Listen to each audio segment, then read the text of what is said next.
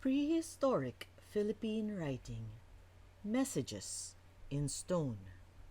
The Austronesian Liangzhou culture, active in the lower Yangtze River area from around 3200 BC to 2250 BC, exhibited advanced technologies in pottery and stoneworking, particularly in highly sophisticated nephrite jade crafts. Although their communities disappeared from China in the late 3rd millennium, the remnants they left behind inform us that the Austronesian Liangzhou were literate. From just between 2003 to 2006, inscriptions were found on more than 200 pieces dug out from the Neolithic era Liangzhou relic site. Most of the inscriptions appear on pottery, sherds, and jades, with the more advanced form of writing captured on the hard stone. Archaeologists found 2 stone pieces with writing that differed from all other symbols we saw before. They featured many vertical strokes with an overall structure similar to modern-day characters.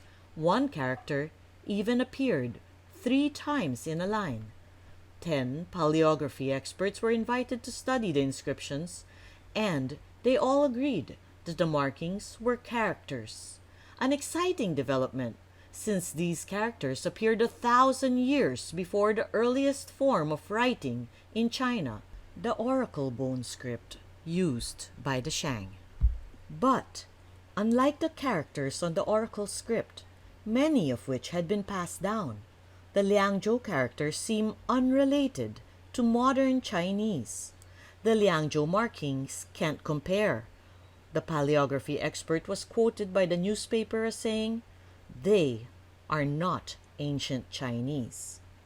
In the Philippines, where we have found every important form of Austronesian Liangzhou ritual jade, the bai disc, the Kong tube, the axis, we also find evidence on jade of a mature form of logosyllabic writing.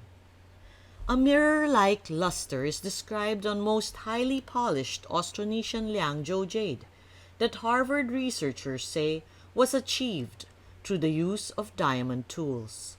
They used diamonds to grind and polish ceremonial stone burial axes as long as 6,000 years ago, and incredibly did so with a level of skill difficult to achieve even with modern polishing techniques. Many Austronesian Liangzhou highly polished jade artifacts still retain a brilliantly smooth shine even after being buried for thousands of years. The polish itself forms a powerful protective barrier. Careful analysis of Austronesian Liangzhou artifacts have led archaeologists to believe that they were using manually driven mechanical grinders and lathes. The observation on many jade objects of traces of the concentric, regular, and circular striations or grooves, which are parallel to each other and equally spaced, caused scholars in China to believe that the complex device of tuo and a lathe may have started as early as 6,000 years ago, intensively applied since around 5,000 years ago. Grinding stones of various grades and shapes have been found in Liangzhou culture sites, but more compelling is the evidence of the artifacts themselves. The equally spaced parallel grooves found on authentic Austronesian Liangzhou artifacts are so fine that 3 lines fit within 1 millimeter space.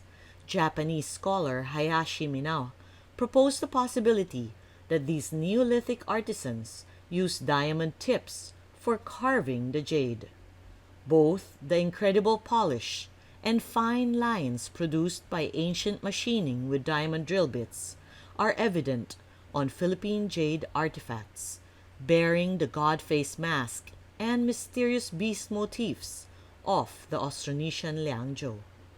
Jade artifacts that exhibit evidence of antiquity, including extensive tree root damage from being buried for thousands of years, as seen on this red-stained green jade axe with a god face mask motif and 3 rows of characters on both sides.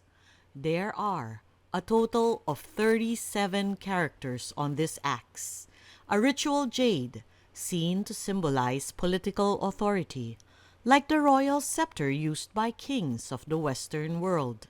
Nephrite jade axes are among the rarest of Austronesian Liangzhou artifacts, with under 20 pieces found so far in China. Jade axes represented the official right to execute punishment.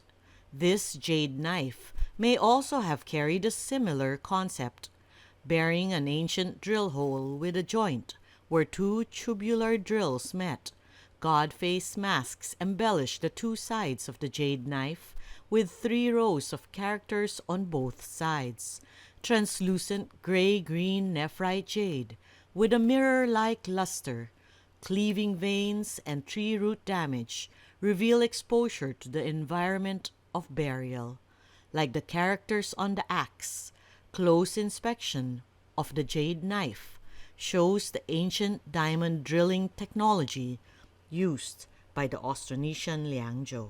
This amazing script, inscribed by our Austronesian ancestors, has been documented on 8 nephrite jade Kong tubes, crafted in traditional pillow form.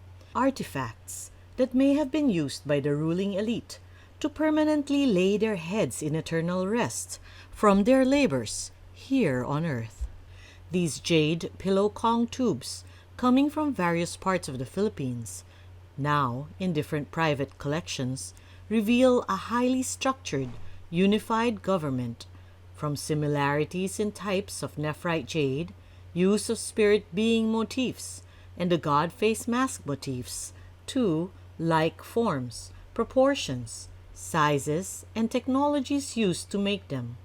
They all have the mirror-like sheen expected of the Austronesian Liangzhou jade, the fine diamond drilling technology, and the ancient characters lined in numeric rows.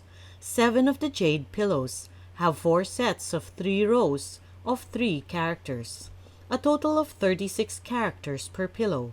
1 jade pillow has 4 sets of 3 rows of 4 characters, a total of 48 characters. The numeric patterns may be indicative of a poetic rhythm or style. Dr. Richard Narag, who had analyzed the scripts, believed that this writing was an ancient form of Baybayin. With regards to the jade pillow inscription you presented, those are ancient Baybayin scripts, written in the system known as segmental writing. Kulitan Baybayin preserved this system. Speaker and author Dr. Narag has further linked Baybayin to the ancient Proto-Sinaitic Proto-Canaanite script used by the Phoenicians. Likewise, Indian archaeologist Dr. Rao compared the Indus Valley script, previously connected to the Austronesian script in the stamp seal video, to the Phoenician alphabet. Dr. Rao noted a number of striking similarities in shape and form between the late Harappan characters and the Phoenician letters, arguing that the Phoenician script evolved from the Harappan script and not, as the classical theory suggests, from the Proto-Sinaitic script. A possibility that merits serious consideration, since nearly the complete Phoenician alphabet may be found on Philippine stone bead artifacts, because of the genius of our Austronesian ancestors in writing their messages on this beautiful and durable stone. This ancient script has been preserved through the ages, reaching out through time to a new generation of linguists who may be able to one day relay the messages from our predecessors.